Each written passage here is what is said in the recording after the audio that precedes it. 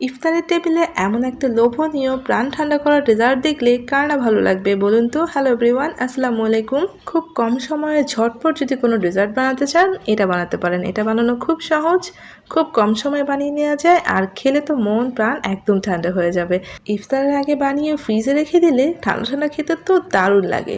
চলুন তাহলে ঝটপট বানিয়ে ফেলি। তো প্রথমে আমি একটা বাটির মধ্যে 1/4 কাপ নিয়েছি সাবুদানা। সাবুদানাটাকে আমি কিছুটা পানি দিয়ে 10 মিনিটের জন্য ভিজিয়ে রাখছি। এতে করে সাবুদানাটা খুব দ্রুত সিদ্ধ হয়ে যাবে। এদিকে আরও একটা বাটির মধ্যে আমি 2 টেবিল চামচ নিয়েছি ভ্যানিলা কাস্টার্ড পাউডার, যার কারণে ডেজার্টটা খেতে আরও বেশি ইয়ামি হয়। এখন এই কাস্টার্ড পাউডারের মধ্যে আমি সামান্য একটু দুধ দিয়ে খুব ভালো করে গুলিয়ে নিচ্ছি, যাতে কোনো লাম্পস না থাকে।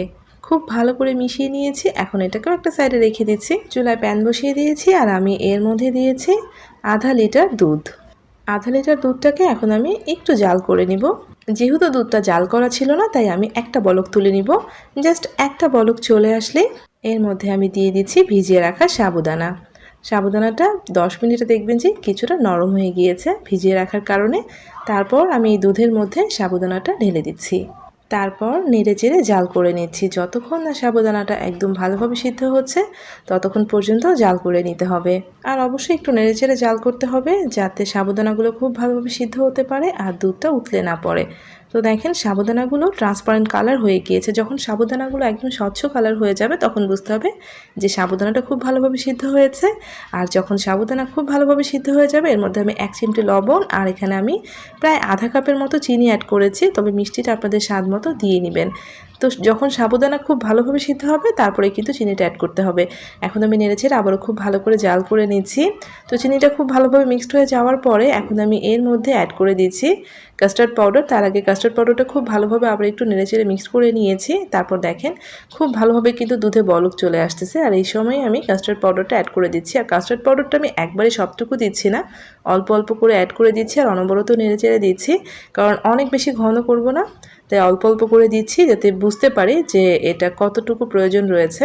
কারণ ঠান্ডা হয়ে যাওয়ার পরে এগুলো অনেক বেশি ঘন হয়ে যেতে পারে, যেহেতু সাবুদানা রয়েছে তার সাথে আবার কাস্টার্ড পাউডার, তাই অল্প অল্প করে অ্যাড করে দিচ্ছি আর আমি ঘনত্ব বুঝে অ্যাড করে মিশিয়ে নিচ্ছি। আপনারাও সেম কাজটাই করবেন। যদি আপনারা খুব বেশি ঘন খেতে চান তাহলে আরেকটু বাড়িয়ে দিবেন, আবার যদি আমার মতো একটু পাতলা করে খেতে চান তাহলে আপনারা অল্প করে অ্যাড করে দিবেন। আর অল্প অল্প করে নেড়েচেড়ে দিলে আপনারা বুঝতে পারবেন। আমি এখানে পুরোটা ইউজ করিনি, অল্প একটু রেখে দিয়েছিলাম আর এভাবে বলক তুলে জাল করে নিচ্ছি। আর দেখেন এটা এখনই কতটা ঘন হয়েছে, ঠান্ডা হওয়ার পর কিন্তু আরও অনেকটা ঘন হয়ে যাবে। আর আমি 5 মিনিটের মতো জাল করে নিব, এতে করে আরও বেশি ঘন হয়ে যাবে। তো আমি 5 মিনিট নেড়েচেড়ে জাল করে নিচ্ছি। আর ভ্যানিলা কাস্টার্ড পাউডার দেওয়ার কারণে এই ডেজার্টের ফ্লেভারটা অনেক বেশি মজা লাগে। তো আপনারা চাইলে এভাবে খুব সহজে বানিয়ে নিতে পারেন। আর দেখেন আমি 5 মিনিটের মতো জাল করে নিয়েছি, আর এতে করে এটা আরও অনেকটা ঘন হয়ে গিয়েছে। আর ঠান্ডা হয়ে যাওয়ার পর তো আরও অনেক বেশি ঘন হয়ে যাবে। তো আমার ডেজার্টটা কিন্তু হয়ে গিয়েছে। এখন আমি নামিয়ে খুব ভালো করে ঠান্ডা করে নিব। খুব ভালোভাবে ঠান্ডা হওয়ার পর আমি এখন একটা বাটির মধ্যে ঢেলে নিচ্ছি। আর দেখেন এটা কতটা ঘন আর ক্রিমি হয়েছে ঠান্ডা হয়ে যাওয়ার পর। তো আমি খুব ভালো করে পুরোটা ঢেলে নিলাম। দেখেন এটা কত ঘন হয়েছে। তো আমি আপনাদেরকে ভালো করে মিক্সড করে দেখালাম।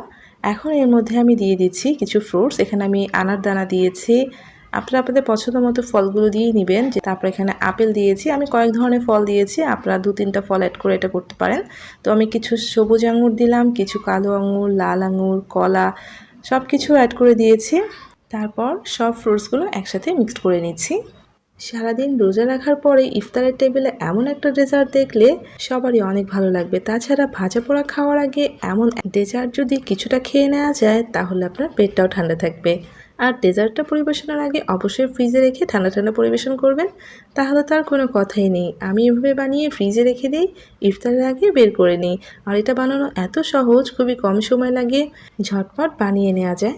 আর যারা ফল খেতে খুব একটা পছন্দ করেন না তারাও কিন্তু এভাবে বানিয়ে নিতে পারেন, দেখবেন যে অনেকগুলো ফল একসাথে খেয়ে নিতে পারছেন।